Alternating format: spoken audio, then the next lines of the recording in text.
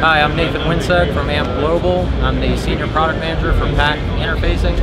I'm here to show you our new GM solution, the RPK4 GM2301. This is a solution for 2004 to 2008 Chevrolet Malibu and Pontiac G6. This solution is an all-in-one solution, so if you buy this SKU, you have everything you need to install either a single DIN or a double DIN radio in your vehicle.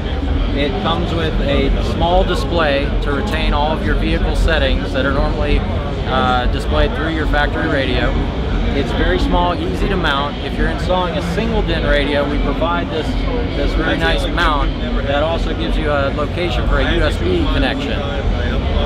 If you are installing a double DIN radio, then what you can do is install this small display either on the dash below the radio, or you can stow it away in your glove box.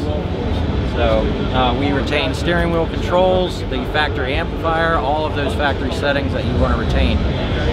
So please look into the RPK4 GM2301. Again, I'm Nathan Winseg from CES 2018.